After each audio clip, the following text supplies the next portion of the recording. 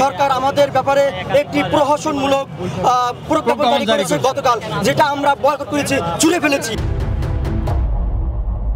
আমরা গত 12 তারিখ থেকে এই লাগাতার অবস্থান কর্মসূচিতে যোগদান করে আসছি শুধু 3টে দাবি আদার লক্ষ্যে।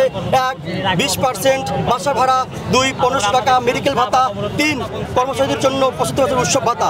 কিন্তু অতীব দুঃখের ব্যাপার যে সরকার আমাদের ব্যাপারে একটি প্রহসনমূলক প্রজ্ঞাপন জারি করেছে গতকাল, যেটা আমরা বয়কট করেছি, ছুঁড়ে ফেলেছি। কারণ 5% বাসা ভাড়া দিয়ে আমরা কি করব? এই বাংলাদেশের প্রেক্ষাপটে 5% বাসা ভাড়া বা 1000 টাকা বাসা ভাড়া দিয়ে আমাদের কোনো রকম একটা বাসা ভাড়া করা সম্ভব নয়। আমার স্কুলে সাতক্ষীরা থেকে নওগাঁ থেকে টিচার জয়েন করেছে, তারা কিভাবে এই স্বল্প মূল্যের টাকা দিয়ে বাসা ভাড়া দিয়ে তারা থাকবেন এবং চিকিৎসা এই শিক্ষা কার্যক্রমে তিনি যুক্ত থাকবেন? তিনি কিভাবে পাঠদান করবেন? কোনোভাবেই পারবেন না।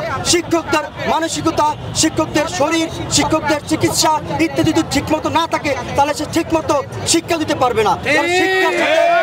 শিক্ষার সাথে অর্থ এবং শিক্ষার সাথে আরো অনেক কিছু জড়িত আছে।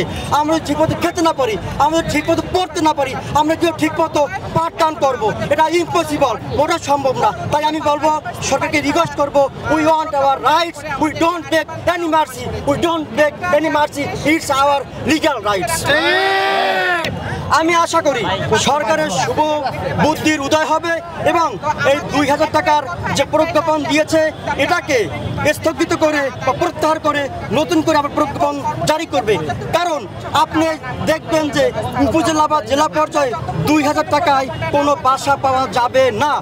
একজন ডাক্তারকে দেখাতে গেলে মিনিমাম 1000 টাকা কনসালটেশন ফি দিতে হয়।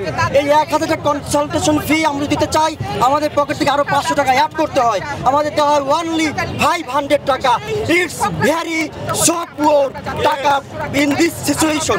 So I will urge to our proper authority to increase our allowance.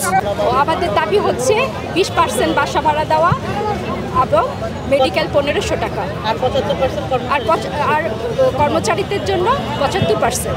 আমাদের তো দাবি এটা বাড়ানোর জন্য, কারণ এখানেই তো একটা বৈষম্য হচ্ছে যে অন্যান্য সরকারি চাকরিজীবীরা যেরকম 45% বা 40% বাসা ভাড়া পাচ্ছে, সেই জায়গায় আমাদের বাসা ভাড়া হচ্ছে 1000 টাকা অথবা 1500 টাকা।